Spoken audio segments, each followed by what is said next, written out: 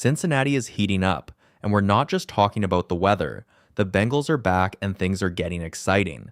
Welcome back, Bengals fans. If you've been waiting for real action, your wait is finally over.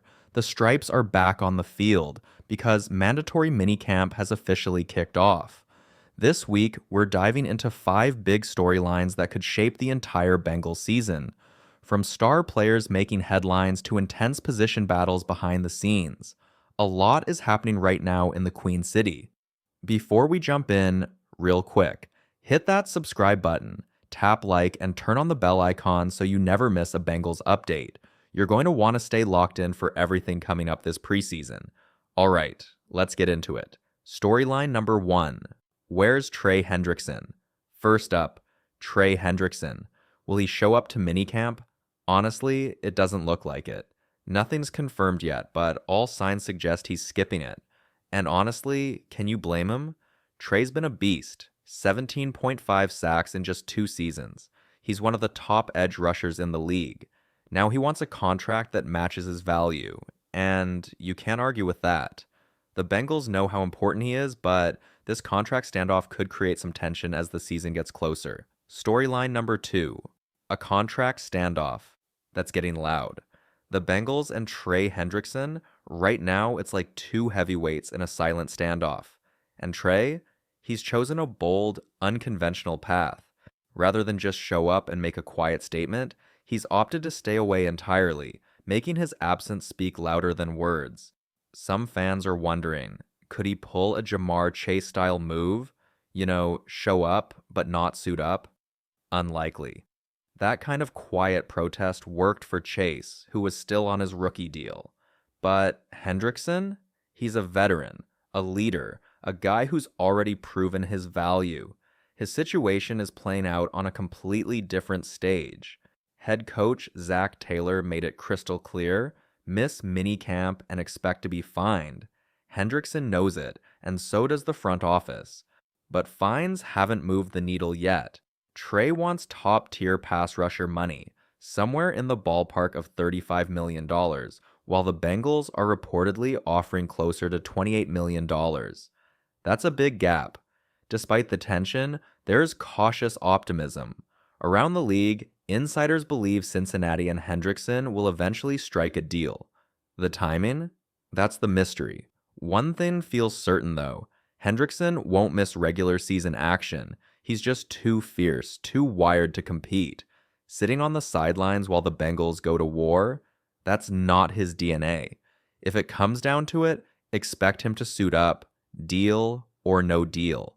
And while Trey's contract dominates headlines, rookie Shemar Stewart is drawing attention too. As of now, his contract remains unsigned. But his recent Instagram post, wearing the pads and Bengals gear, has fans buzzing. Could that mean he's ready for minicamp? We'll find out soon. Storyline number 3. Shemar Stewart's holdout and a window of opportunity. Here's the reality. Shemar Stewart still hasn't taken the field. Not during OTAs, not during voluntary workouts, not at all. And for a first-round pick who already raised eyebrows on draft night, that absence is casting shadows. Stewart's college numbers weren't jaw-dropping, which made his selection a bit of a gamble. But now, the real drama begins. A contract standoff that's delaying his integration into a defensive unit that needs every rep it can get. The holdup? Word is that Cincinnati is adjusting contract language for rookies. Stewart would be the first case under this new structure, and his camp isn't thrilled. They're pushing back, seeking more protection before putting pen to paper. This rookie holdout couldn't have come at a worse time, because with Trey Hendrickson's future uncertain, the Bengals desperately need clarity in their pass rush. That's where the spotlight shifts to Joseph Ossai and Myles Murphy. Let's start with Ossai. Once considered on his way out, he's now back on a 1-year, $7.5 million prove-it deal. He logged 5 sacks last season, a solid if unspectacular number, but some critics wonder if those sacks came in low-leverage moments. Regardless, he's got a chance now to seize a larger role. Then there's Myles Murphy, a first-round pick in 2023 who has yet to make a real impact. His rookie stats?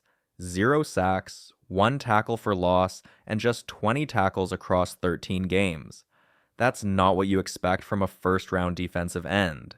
But there's a twist. With new leadership on the defensive line and Al Golden stepping in as defensive coordinator, the reset button has been hit. The Bengals are redefining their defensive identity, and both Murphy and Osai have a massive opportunity to write their own story during minicamp. The question is, who steps up and who gets left behind? Storyline number 4. Bengals defensive rebuild and a trench war brewing on offense. A new voice is entering the Bengals defensive line room, Jerry Montgomery, fresh from Green Bay. He's stepping into a pressure cooker. With Trey Hendrickson's contract dispute unresolved and rookie Shamar Stewart's holdout continuing, Montgomery's first order of business: get something, anything, out of Myles Murphy. Murphy, a first-rounder just last year, has underperformed, plain and simple.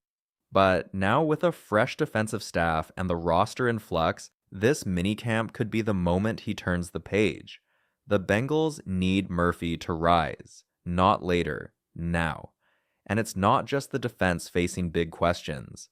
Flip over to the offensive line and another battle is heating up, the guard position. While it's still just minicamp and not full contact action, eyes are locked on how reps are distributed.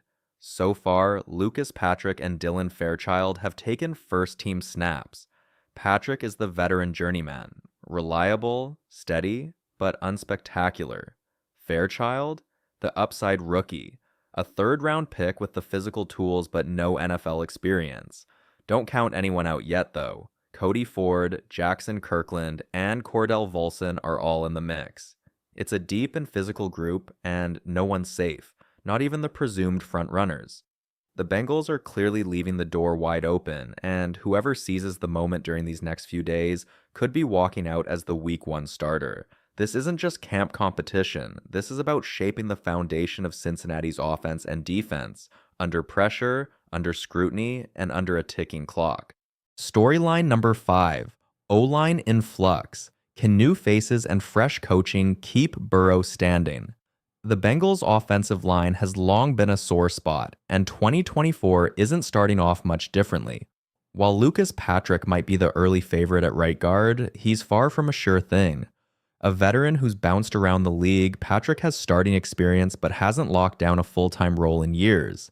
Still, both Brian Callahan and Zach Taylor have praised his leadership and toughness, but watch out for Jackson Kirkland, quietly making a push.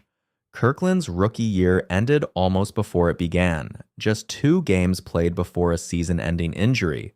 Yet his preseason flashes earned him a roster spot, and coaches haven't forgotten. If he's healthy, he could be the surprise winner of this right guard battle. The real question, though, goes beyond individual players. Can this offensive line keep Joe Burrow upright? Last year's group was probably the best unit Burrow's had in Cincinnati. Yet, that's not saying much. He still took far too many hits, partly due to his playing style. Burrow thrives on extending plays, hanging in the pocket, and letting routes develop. That style opens up opportunities, but also opens him up to punishment. The Bengals' offensive scheme plays into that too. Their 5-wide, spread-heavy system puts strain on protection, and during a 2024 season where they often played from behind, they were forced to abandon the run and throw, constantly. That left little margin for error up front.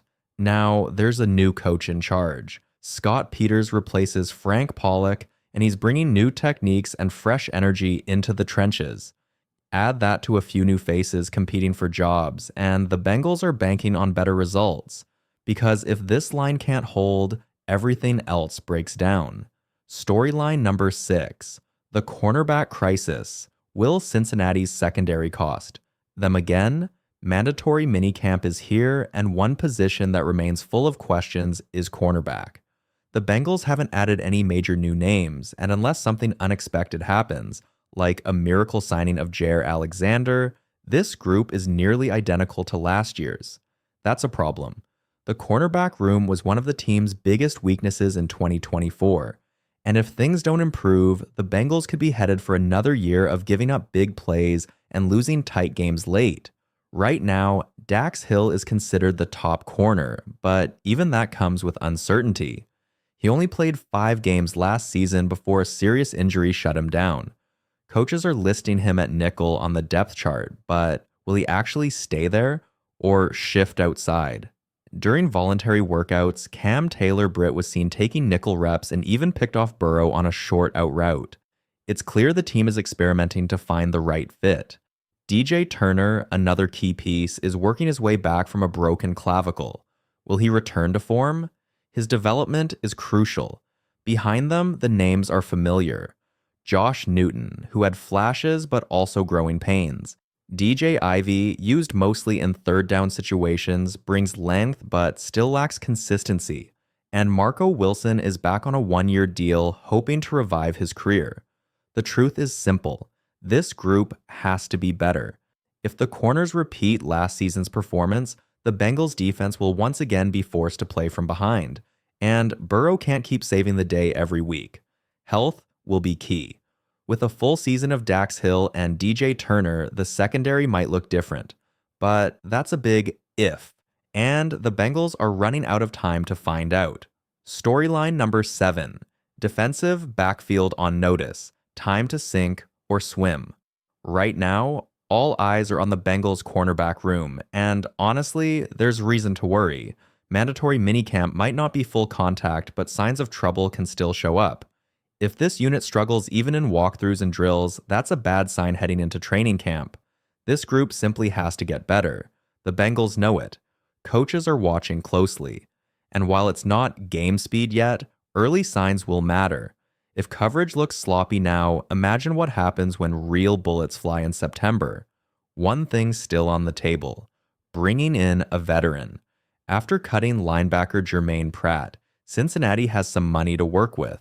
Will they use that cap space to lock up Trey Hendrickson, or could it go towards signing help in the secondary? It's also unclear where each corner will line up. Guys are being shuffled all over: outside, inside, nickel, because the staff is still figuring out who fits where. It's trial and error, and that's fine for now. But answers need to come quickly. When the dust settles, this secondary can't just look better on paper. It has to perform. Because if it doesn't, the defense might crack again when it matters most.